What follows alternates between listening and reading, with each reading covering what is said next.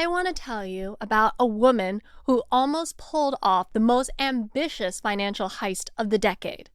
Using nothing but charisma, a Douyin TikTok account, a masterful plastic surgeon, and her own mother as an accomplice. Today, we're talking about a woman who dated 5 men at the same time. 5. Simultaneously, with time management skills that would make a McKinsey consultant weep. Took millions of yuan from each of them and was even about to marry into a family worth 7 billion yuan. Got engaged to one boyfriend while still living with another. Used her own mother and her own brother to help her run the scheme.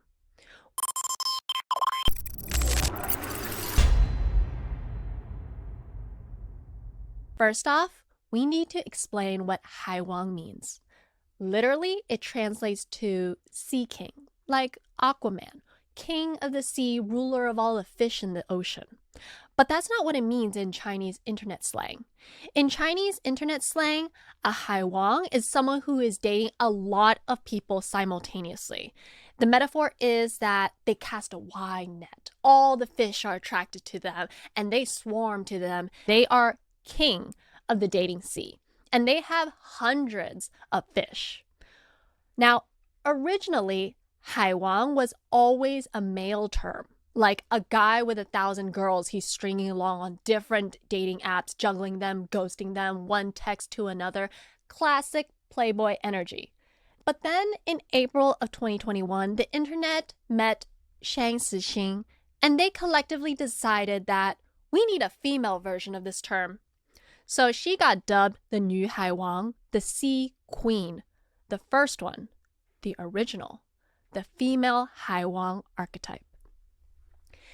And to fully appreciate why she earned that title, which I want to be clear, is insulting. This is not a compliment.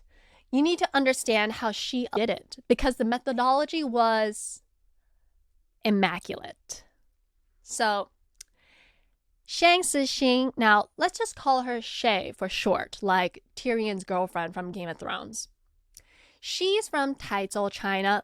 Cute girl, about to do some not cute girl things. Around 2018, she's working as a Taobao model. That's the Chinese version of being an Amazon model. You basically pose with products for online stores. And she's pretty, she's young. She meets a guy named Zhang Kefei in Hangzhou. Now, let's call him Kevin for short. Kefeng, Kevin, close enough. Kevin is a clothing entrepreneur. He runs an apparel company. He's not Bezos level rich, but he's solidly upper middle class wealthy. 3 properties, 2 cars, successful business. They get together, they start dating. They open up an online store together where Shay models the clothes and Kevin handles the supply chain. Kevin says that he bankrolled her career. He pays for everything. He pays for her plastic surgery. He buys her clothes. He pays for her travel. He uses his money to promote her on Douyin, which is Chinese TikTok. He gets her sponsored and he gets her trending. Now, about her plastic surgery, we found her before pictures. Cute girl, kind of average looking to be honest, but to make it in China as a TikTok star, you gotta be like a 15 out of 10 kind of face. So she wanted to change her entire face. So that's when she undergoes what Chinese plastic surgeons call a head change, where basically you change your entire head. This means you do the double eyelid surgery, you get a nose job, you go from a flatter nose to a more prominent, refined bridge, you shave your jaw, you get the very pointed like V-line look, you do the chin augmentation, possibly some cheekbone work done, possibly a forehead reconstruction. Now, that's a lot of work, and poor Kevin paid for the entire thing. So, of course she was saying it was just to further the success of their clothing business and to make her a bigger star on the platform. So he bankrolled her transformation, paid for her face, built her into the woman who could then attract a 7 billion yuan real estate heir sugar daddy. But hold that thought, because we're getting a little ahead of ourselves here. So within a couple of years, she has millions of followers on Douyin, and she's a verified internet celebrity. She's doing live shopping streams that are pulling in 756 million yuan in sales over a 90-day period. So now life is great. And by 2020, they're cohabitating, they're talking marriage, they're building a life together. And in December, Kevin formally proposes. In February, he even transfers her 1 million yuan as a marriage reserve fund. Like, here's the money for our wedding, darling. But what he doesn't know is that 2 months earlier, in May, something else had happened. Something that poor sweet Kevin didn't know about. Now, in May of 2020, Shay tells Kevin that she's going home to her parents' house in Taichung for a few days. The reason? To clean her grandfather's tomb. Sounds sweet, right? She's being a good Chinese daughter, honoring her ancestors, visiting the family grave sites. Lies. All lies. Her parents had actually set up a blind date for her. The blind date is with a guy named Xu Zhenyu. Now, let's call him Zach for short. And Zach's family, the Xu family, is rich. Like, generationally rich. Like, real estate dynasty rich. Local power family in Taichung. Total assets reportedly around 7 billion yuan. Now, Shay's parents had a problem. Zach's family is picky. They wanted their son to marry, and these are the actual criteria from Chinese internet reporting. They wanted someone beautiful, educated, and from a successful family. They don't want their son marrying some random girl with no career. So Shay's parents had to, quote, create a story. They told the family that Shay was the boss of multiple successful companies in Hangzhou, a major girl boss, a self-made entrepreneur, CEO energy. The companies that they said were actually her boyfriend Kevin's companies. So yeah, she was passing off her boyfriend's businesses as her own to impress the rich families that she's trying to marry into. And it worked. The family loves her. Zach is totally into her and obviously her new face. They confirm a relationship, and Shay now has to live a literal double life. Hangzhou life with Kevin. He's still the loving boyfriend. She's still the supportive girlfriend. But now in Taichung, she's dating Zach. He's the rich heir. She's the eligible bride-to-be. And between May of 2020 and March of 2021, for nearly 1 year, she keeps both of these relationships going. And the way she does it is so psychotic. I need to walk you through it slowly. So, first off, she has to be physically available to both men whenever they want. So she tells Kevin, hey dear, my family wants me to come home more often. They worry that I'm too busy. I'm going to move back in with my parents. So, like, that sounds on the surface a totally normal Chinese filial piety thing to do. He doesn't question it. He's like, okay, she's just being a good little daughter. He'll just visit her on weekends and pick her up for dates. But she isn't living with her parents. She's actually splitting her time between Kevin's apartment in Hangzhou and a rental apartment that Kevin was actually paying for, that she was secretly using as her love nest with the rich Zach. Babe. So when Zach was visiting Hangzhou, she would be at the love nest with him. When Kevin was around, she would be at his apartment. When Kevin was out on a business trip, Zach would fly in. Time management-wise, it was immaculate. Netizens started calling her a time management master as a sarcastic compliment. And then also, she needed her family to cover for her. So, her mother, her father, her brother, all of them were in on it. According to the chat records, her mother was actively coaching her. Specifically, her mom was teaching her, quote, how to break through the rich mother, meaning how to charm Zach's mom, sending her WeChat tips on what to say. When Kevin would call her dad asking about Shay's whereabouts, her dad would just be like, man, it's already like this. You figure it out. She's your girlfriend. So, her dad is like doing his best to cover for her, and he's basically helping his own daughter commit infidelity fraud. And her brother, and I love this detail, when Zach visited Kevin's companies, because remember, they told the families that these companies were actually hers, her brother showed up and told Kevin that Zach was Shay's brother. And Kevin, at the time was at the office, just thought, oh, that's just my girlfriend's brother visiting. That's not suspicious at all. He thought that man was his girlfriend's brother. That was actually her fiancé. So the whole family was running a long con together, like a Chinese Ocean's 11, where the heist target was a real estate dynasty. And finally, here's the kicker. She also kept 3 other guys on the side, because apparently 2 boyfriends weren't enough. She was juggling Kevin and Zach, but she was also maintaining, quote, improper relationships with Teng Mo Peng, boyfriend number 3, and according to the chat records, she actually got pregnant by him, but then she told Kevin that the baby was his. Kevin. My poor, sweet summer child Kevin. Of course, he was thrilled, and he even gave her another big chunk of money to celebrate this miraculous pregnancy. The baby was eventually terminated, but the money was not returned. Then we have Du Sijia, boyfriend number 4. Du Sijia is the only one of these men who became a real character later. After everything came out, Du Sijia went on Weibo and publicly condemned her. And his most memorable quote, which then became a meme, was, "You can lie to my feelings and body, but you can't lie to my money."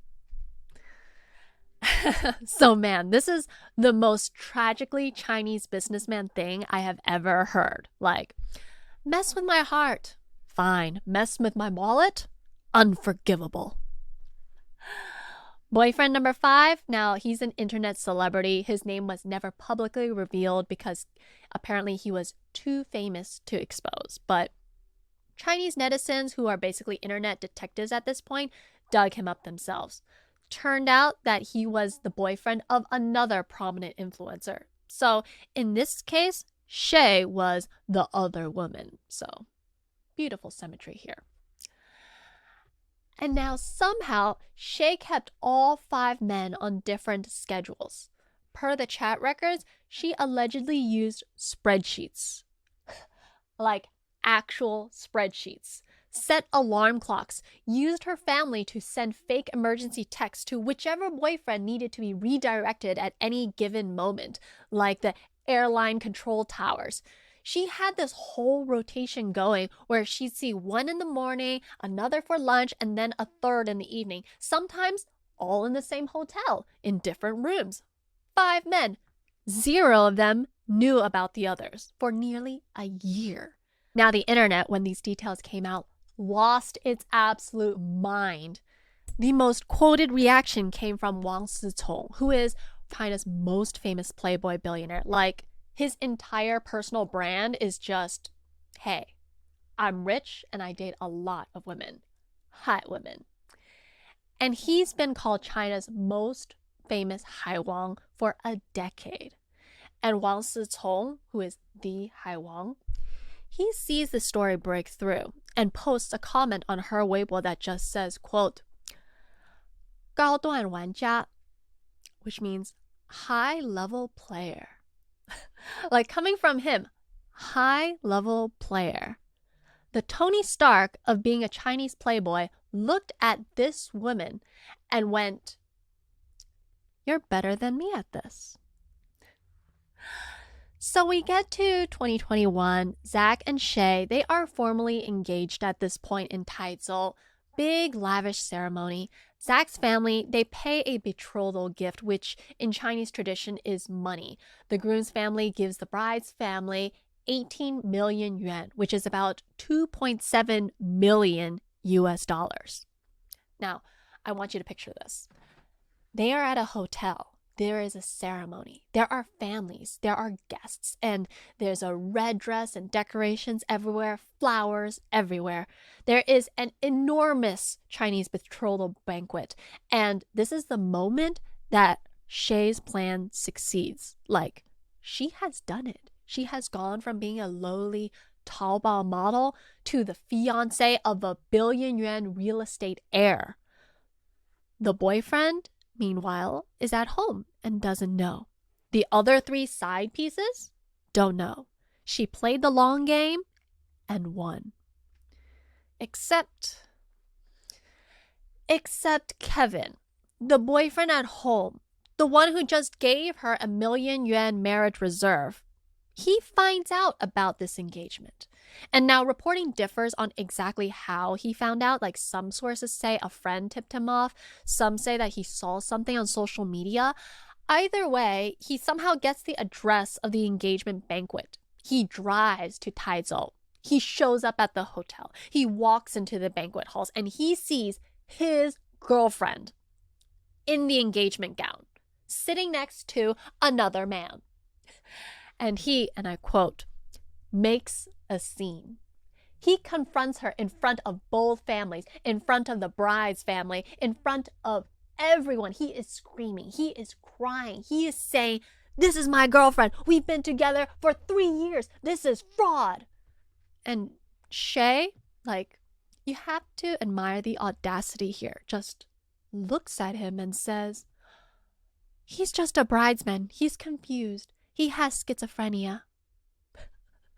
She gaslit her own fiancé's engagement party about her boyfriend in real time, with composure, calling him confused, saying that he had schizophrenia. And Zach's family, like, bless them, they believed her. They had security drag Kevin out and calls the police, and he was actually arrested for disrupting the event. They held him at the police station for questioning, not because of anything he did wrong with her, but because he made a scene at someone else's engagement. So imagine being him. You drive 3 hours to expose your girlfriend's affair, and you're correct about everything you're saying. And yet you end up in a holding cell while she just goes back to her engagement banquet and finishes the ceremony. Like, babe, what's happening here?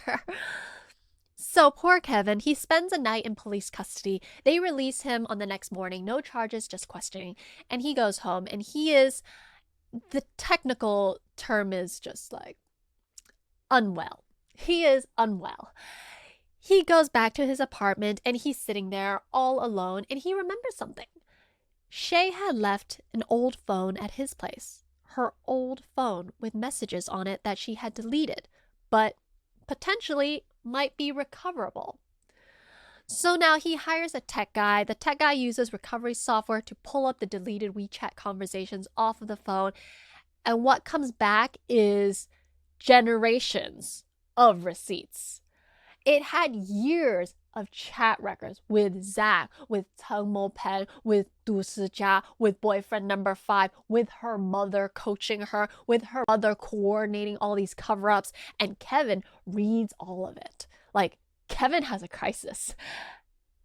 And then Kevin does what any man with a creative business background and a broken heart and access to Microsoft PowerPoint would do.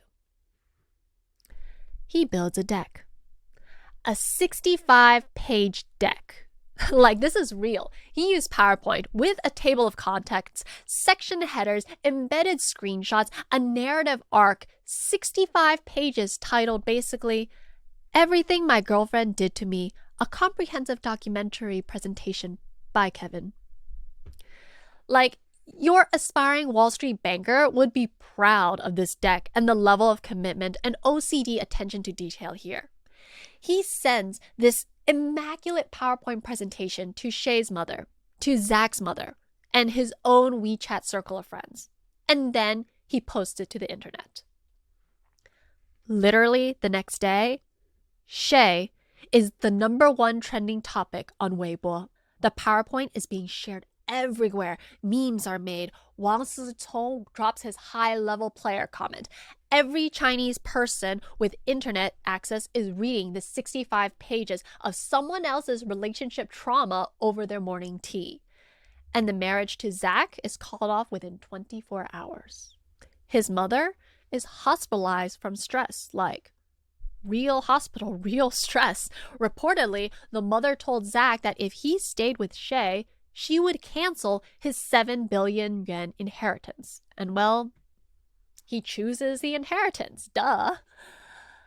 So now this is where the story gets really juicy, because Shay's response and the way she handled it getting caught is honestly its own masterclass.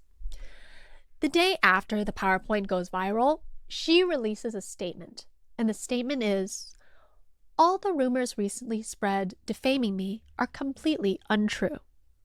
So, classic strategy, just deny everything, deny. Every politician does it and gets away with it, right? The chat records have your name on it. The records include screenshots of you texting your mom. Half of the Chinese internet has read them, and you're now going to say this is fake news? This goes really, really badly for her within hours, and netizens are picking apart specific receipts so the denial doesn't hold.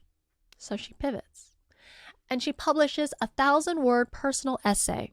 And in this essay, she does something incredible. She admits, kind of, that the records are real, but she does it by reframing it. She says, "Kevin stole my chat records, used illegal technology.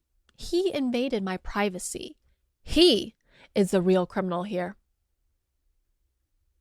Like, babe, by accusing him of stealing your chat records, you have just confirmed that the chat records are real. You can't simultaneously claim that the chat records are fabricated and that someone stole them. They either exist or they don't. But you just admitted that they exist. She also claims Kevin had been PUAing her. That's Chinese pickup artist, internet slang for emotional manipulation. He had been gaslighting her, had given her severe anxiety and depression, had tricked her into the relationship in the first place, used her as a money-making tool, said publicly that she was being raised by him while he kept all of her income. She also said she possibly had schizophrenia. She posts a video of herself crying. She posts photos of antidepressant medications. She says her health is failing. And then on social media, she goes, "Boo-hoo, I'm the real victim here."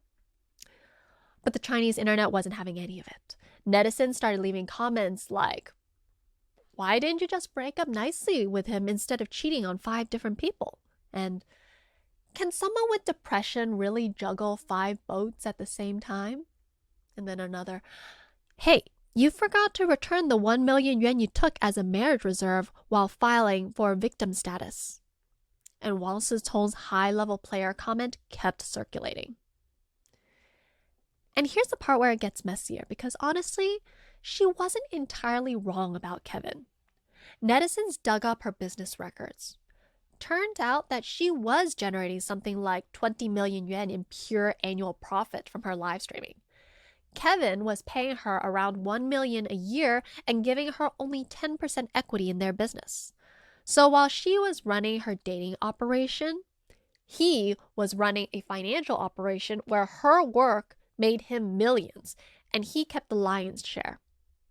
So was he a heroic swindled boyfriend, or was he an exploitative business partner who controlled her income and used the relationship as leverage?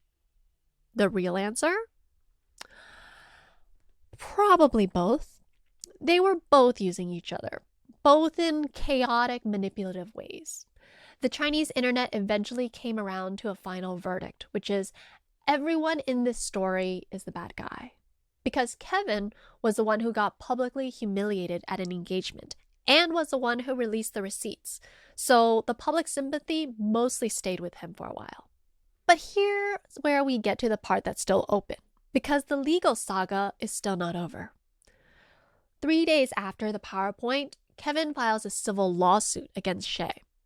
The demand is that she return 1.27 million yuan, which is about $200,000, that he gave her over the course of their relationship.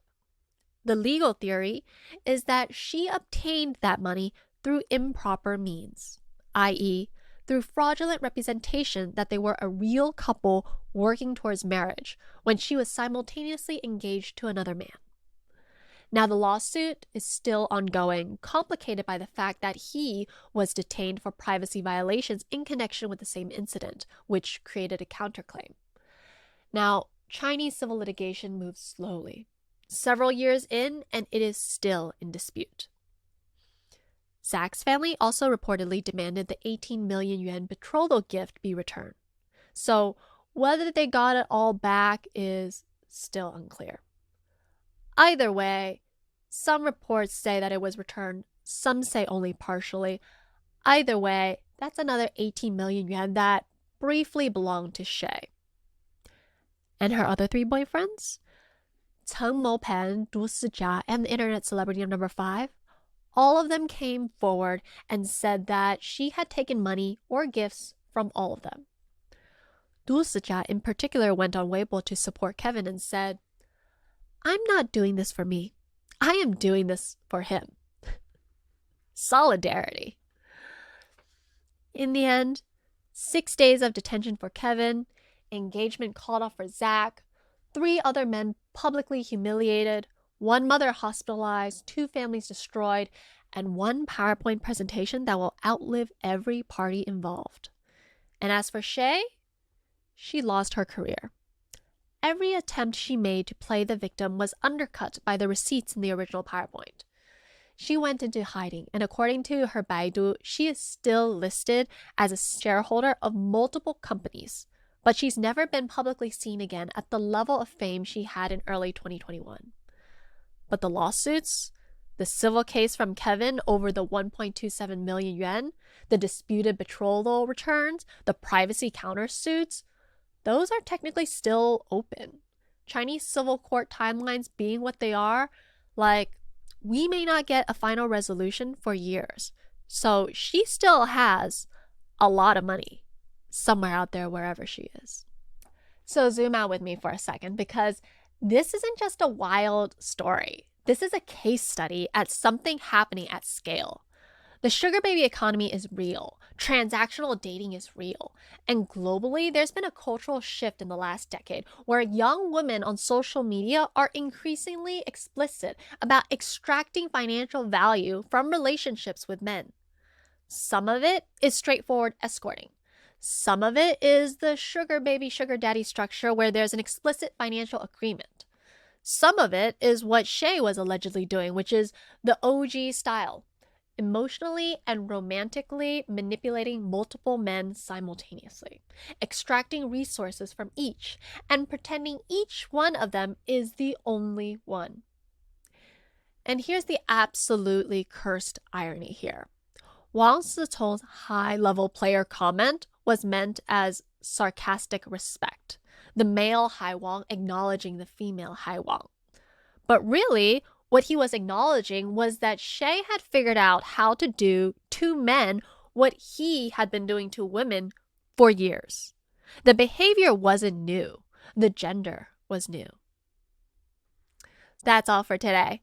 Don't forget to hit like and subscribe and drop a comment telling me, was Shay a genius or was she the villain? Or was she both? I genuinely want to know where you guys land. So anyways, love you guys. See you next week.